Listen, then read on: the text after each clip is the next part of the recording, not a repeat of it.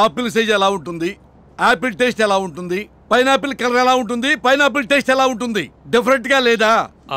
Different గానే ఉంటుంది. మరి డిఫరెంట్ గా ఉన్నప్పుడు కాపీ ఎలా అవుతుంది జాఫర్?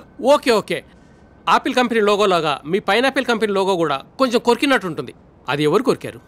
మీరు కొరికారా, మీ పిల్లలు కొరికారా? ఇదే ప్రశ్న యాపిల్ వాళ్ళని అడగండి.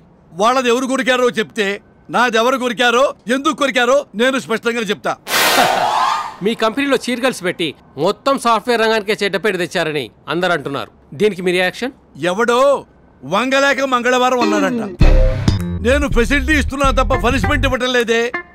ఫాలో అయితే కాపీ కొట్టామంటారు, కొత్తగా చెప్తే కంపెనీ చెడ్డ పేరు తెస్తుందంటారు. ఎంప్లాయీస్ ని రీఫ్రెష్మెంట్ చేయటంలో ఎవడి స్టైల్ వాడదండి, నా స్టైల్ నాది. ఐఫోన్ 8 లో ఉన్న ఫీచర్సే మీ P8 లో కూడా ఉన్నాయంటున్నారు. దీనికి మీరేమంటారు? మా ఫియట్ లో ఉన్న ఫీచర్సే ఐఫోన్ కాపీ కొట్టిందని నేను అంటాను.